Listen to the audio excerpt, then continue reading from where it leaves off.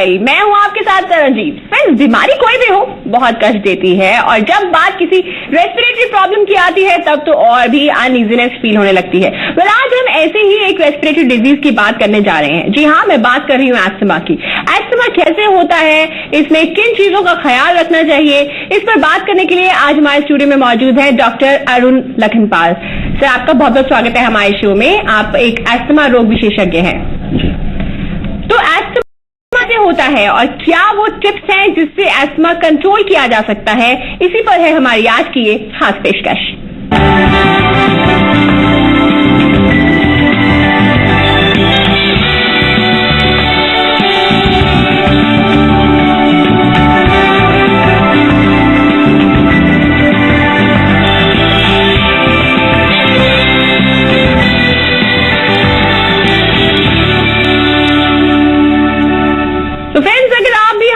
से सवाल करना चाहते हैं तो कॉल करें। हमारा नंबर है 012071534331, 012071534332। किसी भी तरह का सवाल अगर एस्थमा रिलेटेड प्रॉब्लम से आप करना चाहते हैं, आप हमें कॉल कर सकते हैं। हमारा नंबर है 012071534331, 012071534332।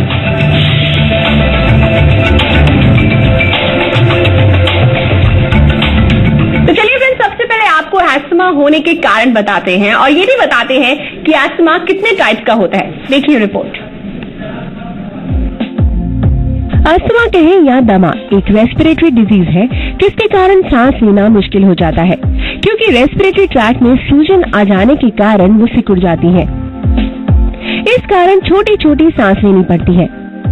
छाती में कसाव जैसा महसूस होता है, सांस फूलने लगती है और बार बार खांसी आती है। किसी भी उम्र में कभी भी ये बीमारी हो सकती है। अस्थमा दो तरह का होता है, विशिष्ट यानी स्पेसिफिक और गैर विशिष्ट यानी नॉन स्पेसिफिक। स्पेसिफिक अस्थमा के रोग में सांस में समस्या एलर्जी के कारण होता है, जबकि नॉन स्पेसिफिक अस्थमा एक्सरसाइज, मौसम के प्रभाव या जेनेटिक प्रीडिस्पोजिशन से होता है। आमतौर पर अगर जेनेटिक रीजंस अस्थमा की वजह है तो इसके होने के चांसेस बढ़ जाते हैं। अस्थमा होने के कई कारण हो सकते हैं, जैसे कि air pollution, dusty atmosphere, perfume cosmetics, smoking, excessive drinking, ladies में हार्मोनल चेंजेस, डिप्रेशन, बहुत ज्यादा जंक फूड खाना, ज्यादा नमक खाना। अस्थमा के सिम्टम्स की जब बात आती है तो अस्थमा में सांस लेने में काफी मुश्किल आती है। चेस्ट टाइटनेस होता है, सांस तेज लेते हुए पसीना आने लगता है, बेचैनी महसूस होती है, सिर भारी भारी जैसा लगता है, जोर जोर से सांस लेने के कारण थकावट महसूस होती है। अस्थमा कभी भी ठीक नहीं हो सकता है, लेकिन कई प्रकार के ट्रीटमेंट के द्वारा इसके सिम्टम्स को कंट्रोल किया जा सकता है या बेहतर रहने की कोशिश की जा सकती है। ट्रीटमेंट के अलावा कुछ बातों पर ध्यान देने से अस्थमा को बढ़ने से रोका जा सकता है। इन्हेलर को अपने पास रखें, घर को हमेशा साफ रखें ताकि धूल से एलर्जी की संभावना न हो। योग, व्यायाम और ध्यान के जरिए खुद को शांत रखें। मुंह से सांस न लें, क्योंकि मुंह से सांस लेने पर ठंड भीतर चला जाता है जो रोग को बढ़ाने में मदद करता है। तो एस्थमा होने के क्या कारण हैं और क्या सिम्टम्स हैं, ये तो हमने आपको बता दिए। बस आपको चुनना है प्रॉपर फिजिशियन और फॉलो करने हैं कुछ प्रिवेंटिव मेजर्स। ब्यूरो रिपोर्ट, जी मीडिया। तो फ्रेंड्स, ये हमने आपको रिपोर्ट दिखाई कि एस्थमा क्या होता है, क्या कॉजेज होते हैं। इसके बारे में और जानकारी लेंगे हम अपने गेस्ट से, लेकिन फिलहाल हमारे साथ एक कॉलर जुड़ गए हैं गाजियाबाद से। वृंदा, आपका बहुत बहुत स्वागत है हमारे शो में। अपना सवाल कीजिए। डॉक्टर साहब, ये क्या एक बार होने के बाद पूरी लाइफ ऐसी रहती है क्या? जी सर, बताएं। जी, जो अस्थमा है इसका जो कारण है वो अभी तक पूरी तरह से नहीं पता है। ये माना जाता है कि अनुवांशिक कारण यानी जेनेटिक्स और जो पर्यावरण है यानी एनवायरमेंटल फैक्टर्स हैं, उनके मिलन से ये जो फेफड़े में सूजन पैदा करने वाली बीमारी यानी दमा है, ये होता है। इसको काबू में किया जाता है, पर इसको जड़ से मिटा पाना अभी फिलहाल संभव नहीं है। जी। हम ये देखते हैं कि जिन बच्चों को दमा 2 साल की उम्र से पहले होता है तो वो प्यूबर्टी यानी वयस्क बनने तक 10 से 12 साल की उम्र तक उनमें से अक्सर बच्चे जो हैं वो अस्थमा से निजात पा जाते हैं, पर जिनमें अस्थमा बचा रह जाता है या जिनको बड़े होने पे अस्थमा होता है, उनमें ये बीमारी जड़ से नहीं मिटाई जा सकती, पर इसे काबू में किया जा सकता है और जो मरीज हैं वो बिल्कुल नॉर्मल जिंदगी जी सकते हैं। जी, तो जैसा कि सर ने आपको बताया कि इसका एग्जैक्ट कॉज नहीं पता है, जेनेटिक कॉजेज होते हैं, एनवायरमेंटल फैक्टर्स होते हैं, तो इन चीजों को आपको ख्याल रखना होगा। इस वक्त हमारे साथ एक कॉलर जुटे हैं रांची से। राजेश, आपका बहुत बहुत स्वागत है हमारे शो में, अपना सवाल कीजिए। यस मैम, मेरे को दमा का प्रॉब्लम 3 साल से है जी। तो ये लगभग मैंने इनहेलर ले रहा हूँ फ्रूटिका फोन का जी। मेरे को खांसी नहीं आती है मैम। जी सर, आप समझ पाएंगे? जी, मैं ये खांसी नहीं जाती है बोलते हैं जी। इनको 20 साल से, काफी सालों से ये प्रॉब्लम है सर अस्थमा की, तो इनको आई थिंक कफ की प्रॉब्लम ज्यादा हो रही है। जी जी जी, खांसी यानी कफ होने का मतलब है कि आपके सांस की नलकी में सूजन अभी भी बरकरार है जी।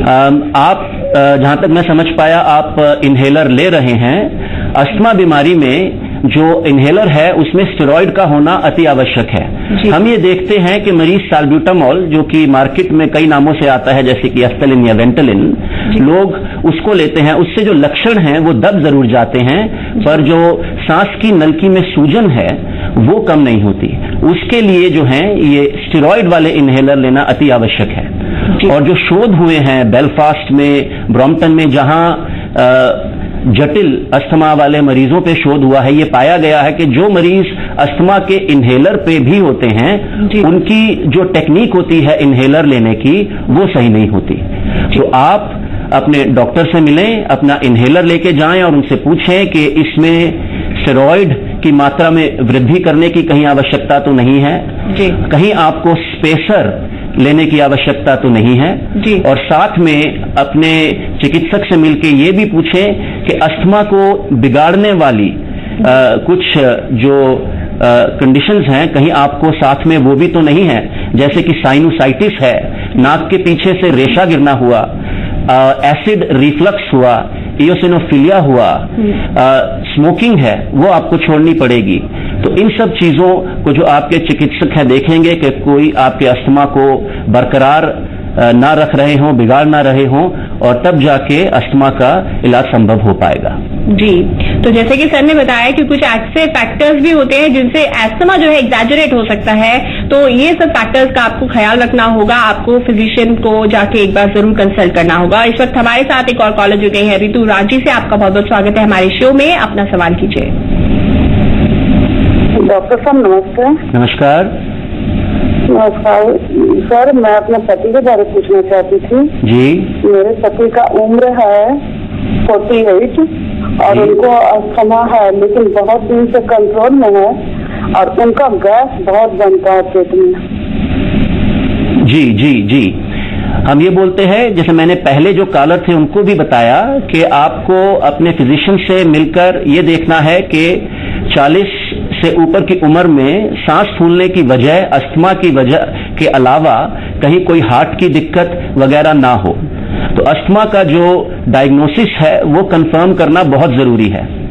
फिर हमें देखना है कि आपके घर में, आपके आसपास, आपके पति जहां काम करते हैं वहां कुछ ऐसे उत्प्रेरक तत्व यानी कि कुछ ऐसे स्टिमुलस ना हो जो उनके अस्थमा को ड्राइव करते हैं, जैसे कि कुछ केमिकल हुए, जैसे कि बसंत ऋतु में पराग कण हुए, जैसे कि कुछ दवाइयां जैसे कि एस्प्रिन और बीटा ब्लॉकर हुई जो कि अस्थमा को थमने नहीं देती इलाज के बावजूद।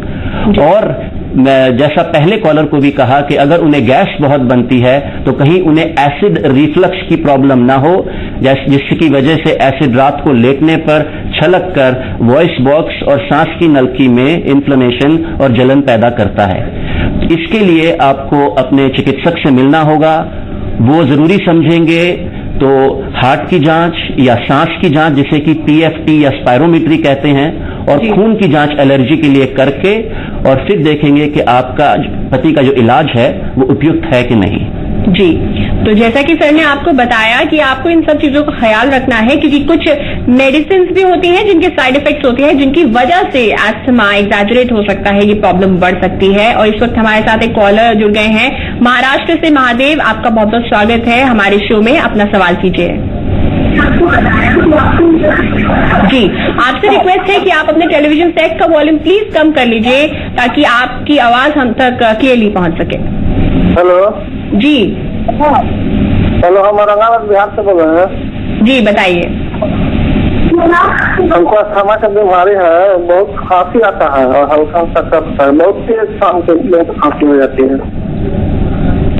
जी सर, इनको खांसी की प्रॉब्लम बहुत है, अस्थमा में कफ बहुत ज्यादा आता है, तो इनको क्या करना चाहिए? जी, इनके लिए भी अपना बिहार और उत्तरी हिंदुस्तान में इयोसिनोफिलिया की प्रॉब्लम काफी ज्यादा है। जी, इयोसिनोफिल जो हैं वो कुछ ऐसे रसायन जैसे कि हिस्टोमिन और नाइट्रिक ऑक्साइड उत्पन्न करते हैं जिससे कि सांस के रास्ते में जो इन्फ्लेमेशन और सूजन बरकरार रहती है। जी, आपको अपने चिकित्सक से मिलके इसकी जांच करानी है, एलर्जी की जांच करनी है।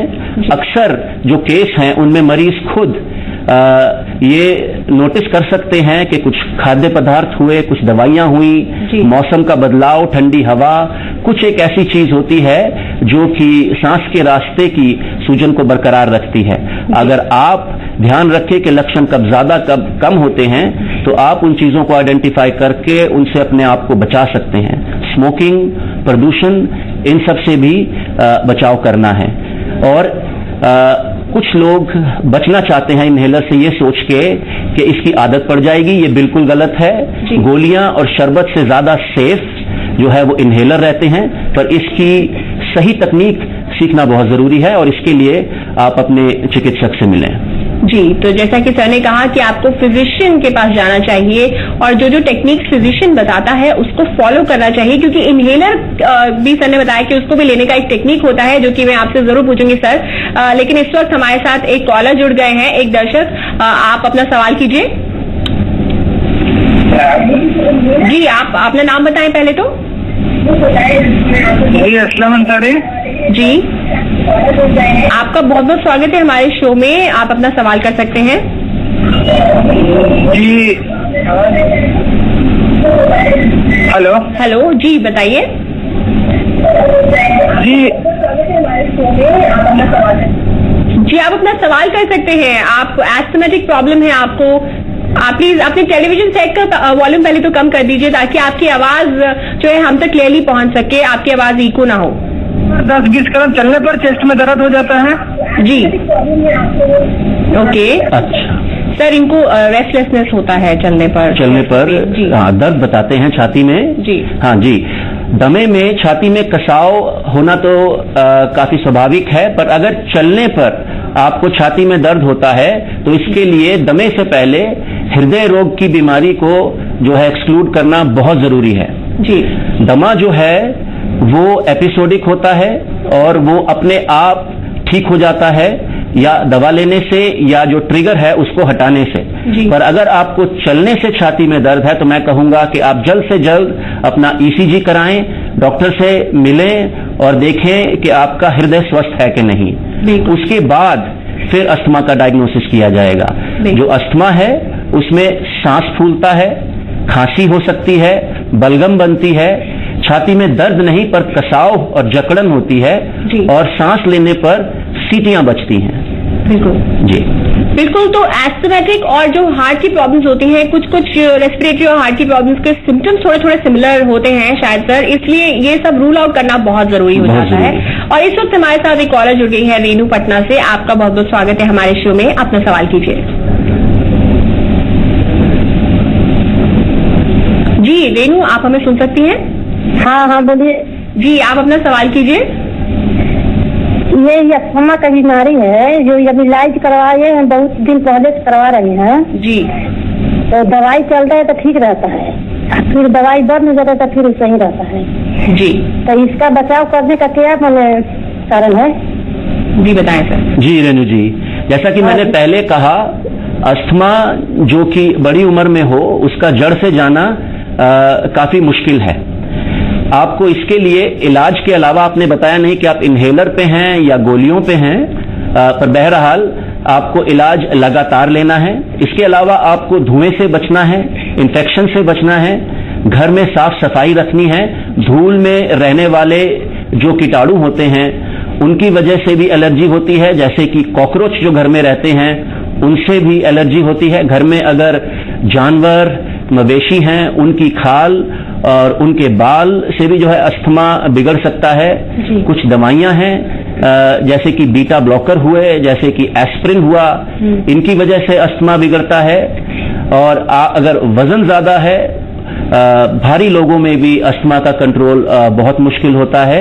आपको इन सब चीजों का ध्यान रखना है। और व्यायाम जो है, ये पाया गया है कि व्यायाम करने से भी अस्थमा कंट्रोल अच्छा हो जाता है। तो आप दवाई बराबर लें, आप चेष्टा करें घर में अपने आसपास देखने की कि आपका अस्थमा कौन सी चीज बिगाड़ती है और उसको दूर करें। घर में साफ सफाई रखें और इन्फेक्शन से बचें। आपका अस्थमा जरूर काबू में आएगा। बिल्कुल बिल्कुल। तो जैसा कि सर ने आपको समझाया, आप इन सब चीजों का ध्यान रखें तो ऑफकोर्स आपको अस्थमा में आराम मिलेगा, क्योंकि इसको ट्रीट करना एकदम पॉसिबल नहीं है, धीरे धीरे से ही ट्रीट होता है। इनहेलर की आपको जरूरत पड़ेगी ही पड़ेगी। तो सर आपसे जानना चाहूंगी कि मेन हमारा जो अस्थमा में होता है वो पॉजिटिव फैक्टर होता है। अगर हम पॉजिटिव फैक्टर को रूट आउट कर देंगे तो शायद हमारी ये प्रॉब्लम वैसे ही सॉल्व हो जाएगी।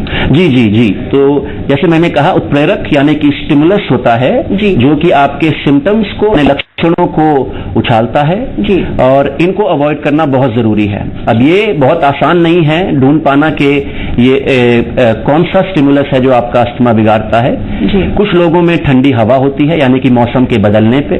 कुछ लोगों में व्यायाम करने से अस्थमा के लक्षण प्रकट होते हैं। अच्छा, व्यायाम करने से भी होते हैं? जी बिल्कुल। व्यायाम करने से जब सांस तेज चलता है तो ठंडी हवा फेफड़े में जाती है, जो कि सांस की नलकियों के आसपास की मांसपेशियों को जकड़ा देती है, जिससे कि सांस का रास्ता छोटा होता है। ऐसे लोगों को व्यायाम या भागने से पहले इनहेलर लेने की सलाह दी जाती है। बिल्कुल बिल्कुल। अक्सर मरीज खुद ही नोटिस करके, ध्यान रख के पता लगा सकते हैं कि ये खाना पीना, नट्स हैं या फिर जो पराग कण हैं, मौसम बदलने पे जब वो पेड़ों से या फूलों से आते हैं उन्हें उनसे एलर्जी है। बट कई बार हमें स्किन टेस्ट या ब्लड टेस्ट कराने पड़ते हैं। हमारे दर्शक जो सुन रहे हैं, अगर वो जानना चाहते हैं कि उन्हें किसी चीज से एलर्जी है या नहीं, तो वो अपने डॉक्टर से मिलें। और खून में एक टेस्ट होता है IgE, इम्यूनोग्लोबुलिन E, जिसका टोटल वैल्यू भी हम नाप सकते हैं, जो बताती है कि हाँ हमें एलर्जी है। और हम उस IgE को कई 100 चीजों के लिए भी टेस्ट कर सकते हैं, जैसे कि नट्स हुए, बादाम, काजू, फूल, पत्ते, जानवर, केमिकल्स, हर चीज के लिए टेस्ट करके देख सकते हैं कि हमारे शरीर में जो सेंसिटिविटी है वो इनमें से किन चीजों से है। और ऐसे ही स्किन टेस्ट भी किए जाते हैं, पर आजकल क्योंकि ये ब्लड टेस्ट अवेलेबल है, स्किन टेस्ट उतने पॉपुलर नहीं रहे हैं। बिल्कुल बिल्कुल। तो स्किन टेस्ट और IgE टेस्ट जो सर ने बताया, जो कि ये बता सकता है कि आपको किस चीज से प्रॉब्लम है, किस चीज के लिए आप सेंसिटिव हैं, सेंसिटिविटी पता चल जाती है। तो ये 2 टेस्ट बहुत ही इंपॉर्टेंट होते हैं एस्थमेटिक पेशेंट्स के लिए। आपको जरूर ये टेस्ट करवाने चाहिए रूल आउट करने के लिए कि आखिर आपका पॉजिटिव एजेंट कौन सा है। इस वक्त हमारे साथ एक कॉलर जुड़ गए हैं अक्सर बिहार से। आपका बहुत बहुत स्वागत है हमारे शो में। अपना सवाल कीजिए। हेलो जी जी, आपका बहुत बहुत स्वागत है। अपना सवाल कीजिए। जी, बोल रहे थे कि मेरी माँ अगर 20 डेग और 25 डेग चलती है तो हाथ छूटने लगता है। सीढ़ी के ऊपर अगर छत पे चढ़ेंगी तो अभी एकदम पूरा हाथ छूटने लगेगा, घबराहट बेचैनी होने लगता है। जी सर जी, जैसा कि मैंने पहले भी बताया कि अस्थमा का सटीक डायग्नोसिस, निदान बहुत जरूरी है। तो हमें पहले ये देखना है कि आपके माताजी को अस्थमा है भी या नहीं। अगर चलने पे, सीढ़ी चढ़ने पे घबराहट होती है और सांस फूलता है, पर छाती में सीटियां नहीं बजती, खांसी नहीं है और बैठे बैठे सांस नहीं फूलता एलर्जी से या मौसम बदलने पे, तो बड़ी उम्र में ये संभव है कि आपके माताजी को दमा नहीं बल्कि हृदय रोग है। तो इसके लिए आपको अपनी माताजी को किसी डॉक्टर को दिखाकर उनका मुआयना और जांचें, जैसे कि ECG, लंग फंक्शन टेस्ट और इकोकार्डियोग्राम कराना काफी जरूरी है। बिल्कुल बिल्कुल। तो जैसा कि सर ने बताया, पहले भी बताया कि आपका डायग्नोसिस बहुत मायने रखता है, क्योंकि रेस्पिरेटरी प्रॉब्लम और कार्डियक प्रॉब्लम जो होती है ना, वो थोड़ी थोड़ी सिमिलर होती हैं, तो डायग्नोसिस करवाना बहुत इंपॉर्टेंट होता है। तो ये बहुत जरूरी हो जाता है आपके लिए कि आप प्लीज डायग्नोसिस पहले करवाएं, ताकि ये जाहिर हो सके कि एक्चुअली प्रॉब्लम जो है वो रेस्पिरेटरी है या फिर कार्डियक है। इस वक्त हमारे साथ एक और कॉलर जुड़ गए हैं, किशन कन्हैया जी। आपका बहुत बहुत स्वागत है हमारे शो में, अपना सवाल कीजिए। हेलो जी, आपका बहुत बहुत स्वागत है जी, आप अपना सवाल कीजिए। हेलो हेलो, प्रणाम सर। जी प्रणाम, बोलिए किशन कन्हैया जी। हमारा बेटा है 3 साल का। जी वो खांसता है पूरा जी और खांसते खांसते वो बिछावन में नाक गुड़ियाने लगता है जी और मुंह में थूक ज्यादा आता है। कब जी मुंह में कब ज्यादा जमा हो जाता है। जी जी जी। बच्चे की जो छाती है उसमें साए साए या सीटी बजने की आवाज आती है क्या?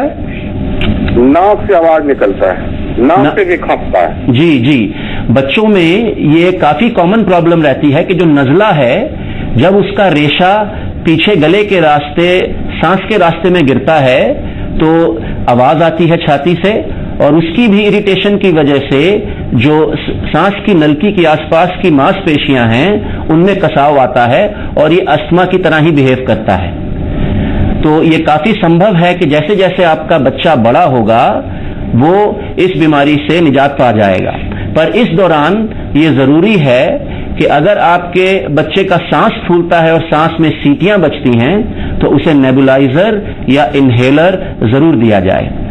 और इस बच्चे में भी एलर्जी के टेस्ट के अलावा उसको भाप या नेजल स्प्रे से अगर साथ में नजला है तो उसका भी इलाज कराया जाए। आपने किसी बच्चों के डॉक्टर को दिखाया क्या?